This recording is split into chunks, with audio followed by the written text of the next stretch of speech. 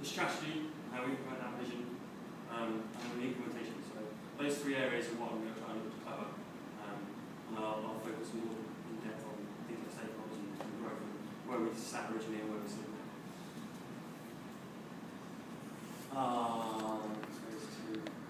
These are stereotypical unlocked customers. These are the ones who come through our door. No, basically I've come up with just on the tourism industry, but stereotypical customers that come through our door aren't what we've got. We cover the whole length and breadth of anyone coming through any tourist attraction in the UK. So again, we can have the larger Americans taking photos the whole time. We have Japanese, we have foreign language students, we have normal local residents, old, young, kids with single mothers, and any sort of length and breadth of what you can think of in the UK comes to our door. So as a business, it's very difficult to pick one area and focus on it and try and sell to that market. So when I look at setting up a business plan, and when we try and plan the vision that we're going to do, I have to encompass all those people and work out what they want. That is also true for stakeholders. So stakeholders can come from anywhere and can mimic anything. Our customers are our stakeholders.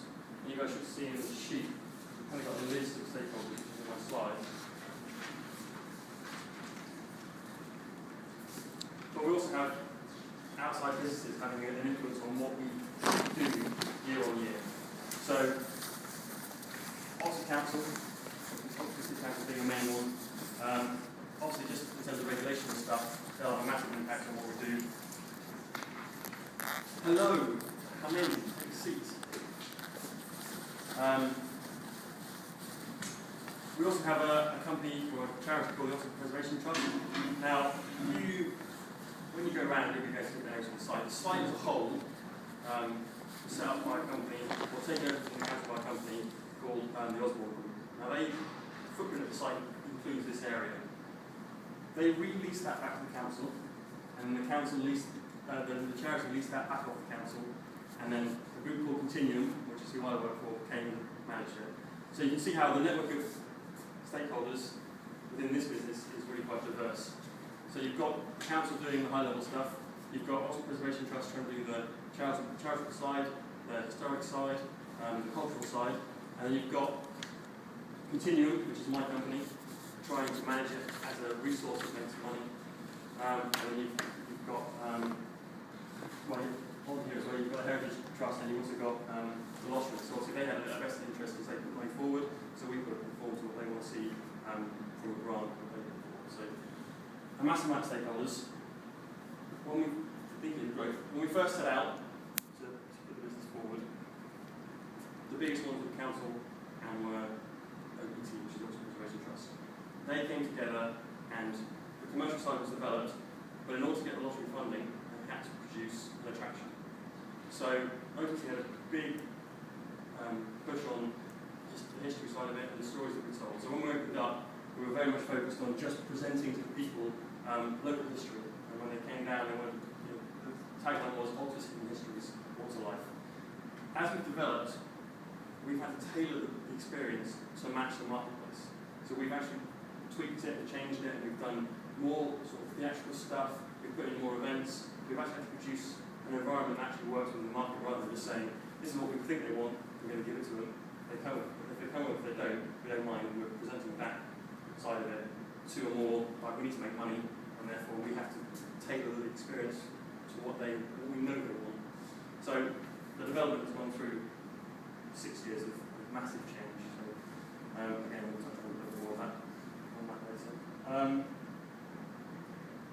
And just going back to the original thing I said actually, just to set it in context, in the half an hour that I'm going to talk to you, you can see how Oxford, or what's happening within Oxford. So think, within the UK, in the next half hour, £2 million will be generated in tourism.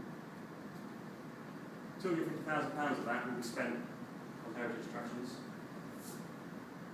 Day trippers, which is another one of our demographics, so customers just travelling for the day, not staying overnight, they'll spend £850,000 in the next half hour. 190 people, minus 10 of you guys, will turn up in Oxford. £10,000 will be spent on the town attractions, which includes us. And the key one for me, and when we're talking about vision, something that I've got to bear in mind the whole time. Of the last survey done, which I think was 2009, completed figures came through, 2 out of 5 people leave totally happy. So they come to Oxford, they do all that, spend all their money, but then 2 out of 5 leave totally happy. So you're ticking that box saying that was brilliant. Now I need to make sure that this attraction has 5 out of 5 people leaving totally happy. And that's where we have to sort of do our research, pick our vision and make sure that it's tailored exactly to what the customer wants. That's a very difficult thing to do. So how do we do it? Ooh, money. So, as I said before, the key to what we're now trying to achieve, I know it's going to sound a bit crass, but we need to make a profit, we need to make money. So we've got no one giving us a pot of cash and saying, just do what you like, make sure it's kind of nice and culturally relevant and tells a bit of history, and those who come down and get a bit of experience or a different place of what's going on. The group I work for, Continuum, needs to make a profit. So at the end of the year, I've got to show on the bottom line a positive figure, not a negative figure. So in order to do that, I have to look at these 5 things, plus more, but these 5 things are the most important 5 things. First and foremost is the business plan. Now, I've got a copy of pass around. This is my business plan here that I wrote down. And you guys have probably seen business plan before. I mean, we're talking about a 30-page document put together between myself, the guys that work on site, my head office up in York, and then we pass it through to the Oxford Preservation Trust and they have a look at it, and we tailor what we're trying to do within the year. This encompasses a massive amount of stuff. So we review last year's figures, we look at how we're going to progress this year, we review the marketing strategy, and stuff that come on to. The key to it is finding that point, that key message, that key thing that for 2012-13 we're going to target our audience with. Now, like I say, when we originally opened, everyone was dressed in prisoners' uniforms. The whole emphasis of the site was we're opening up a prison that was locked for however many years to the public, and they can come down and experience a bit of the castle and then prison life, so they get a view of what's going on. We've had to progress that, and we've moved on. So my business plan this year is much more about events and tailoring our site to making sure that we don't just have a one-time visit, so you come down, I've walked around, I'm going home. We now try and do events every weekend, or big events every holiday period, so we get as many people down as possible who've been before. Okay, so the experience has to grow, has to involve more people, and also repeat customers. So that's one thing we don't do very well here, is get people coming back, because once you've done it, you've done it. So key to this year and the future years is actually getting the locals back, because they're going to be very generous for us. I'll go back to my forecast. Portfolio. Again, you guys have probably looked at that. You've looked at how businesses make their core profit. So we make money from tours. So basically, people through the doors, and they get taken around the castle by one of our guides. They get given the history of the experience. That's just not enough to keep the business going. So you have to have a portfolio of products. And now for us, it's not like Ford, who have 12 different makes of car.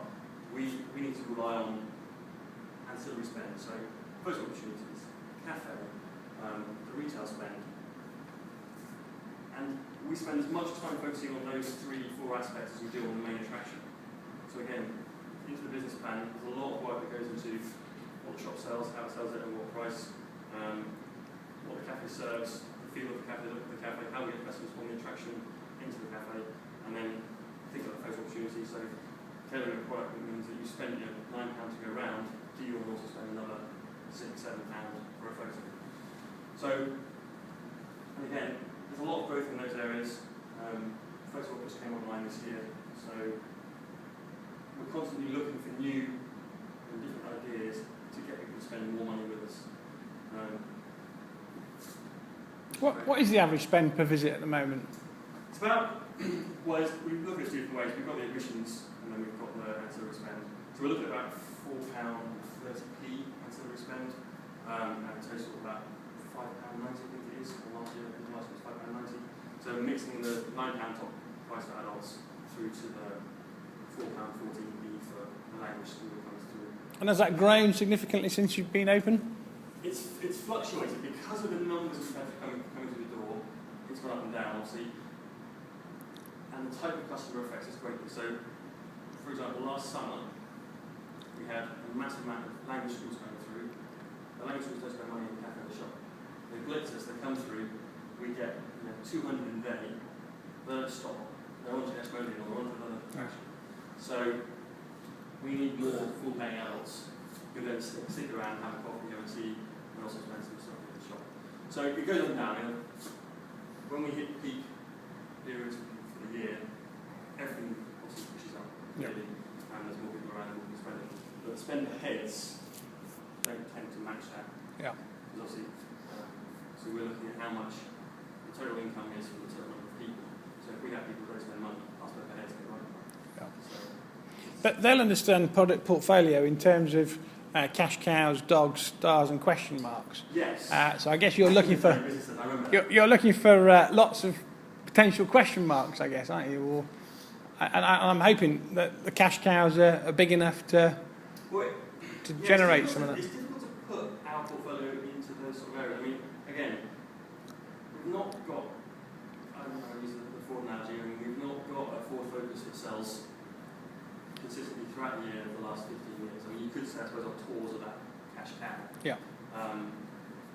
But again, we're so limited in the number of other things we've got going on that, and the amount of money people have got to spend, that it's difficult to sort of say, this is our cash cow, but also we've got this star on the horizon. Yeah. So it's, I don't know, yeah, it's difficult for us to focus on creating a massive portfolio of things when we know I've got a static cafe, I've got a static shop, I've got a static tour. Yep. I know I've got these 4 or 5 resources at my disposal. Bringing in more tends to dilute the water a little bit more. So budget and forecast. Have you guys studied budgets and forecasts? A little bit, maybe? We would have done cash flow last year. This year they're more looking at profit and loss accounts and balance sheets. Right. Okay. Yeah, I mean, the budget is obviously what we create at the beginning of the year. So when we're looking at a 5 or 6 page document, it's just Excel driven, broken down firstly by taking last year's figures, looking at how we potentially might increase this year, and then working back month by month, week by week, day by day, in each different area. And then we break it down by the spend, so we look at who's coming to the door and how we're going to spend money. So we just produce a big document that is a lovely figure at the end that's definitely a positive number based on what we're going to spend. And again, our guys in New York, we have a financial team that deals with the stuff. But for me, I'm looking at creating a budget with my team and creating it up in New York, and then forecasting, so revising that figure throughout the year as things change. So we could set our electricity bills, for example, a simple one, but at a flat rate based on what they told us, but where electricity is going, where we could fluctuate throughout the year, and of course, electricity goes up and more. So obviously we reforecast month on month and try and make sure it's as flat as possible. We have a constant understanding of where we sit and where we will end of the year. If we just sit and look at the budget, possibly completely change all the time we go through the year. And that's the thing I look at most non-stop all the time.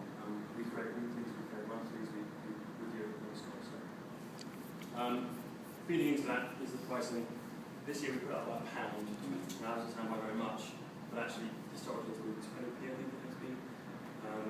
We basically look at how the market's reacting. Last year was an absolutely shocking year for us. So we had completely random numbers turning up at random times. We were way off budget and then we were suddenly back on it. And then at the end of the year it sort of just tailed off. The economic climate affects us massively. Because of the way Oxford is, there's a lot of free attractions, and largely not people have much money in their pockets to spend. So obviously we're being one of the paid attractions of Oxford. I go back to my original slide, being in Oxford is such a microcosm of what goes on. It's just very difficult to judge. This year's been slightly better, and we took a risk this year and said, look, last year we think it was just a financial crisis that was going, was taking place in not just the UK but across Europe. So we lost a lot of visitors who would have travelled from Spain and from Greece and the like. And we said, right, we know we've got massively good value for money scores. So when people leave, even when we ask them, was it worth the amount of money you spent? And they go, yes. Throughout the last 2 or 3 years, we've had yeses the whole time. 9 out of 10 for each other consistently. So we chucked another £1 on the price, thinking that those who do come aren't going to query how much they're spending because they enjoy so much. We we're not getting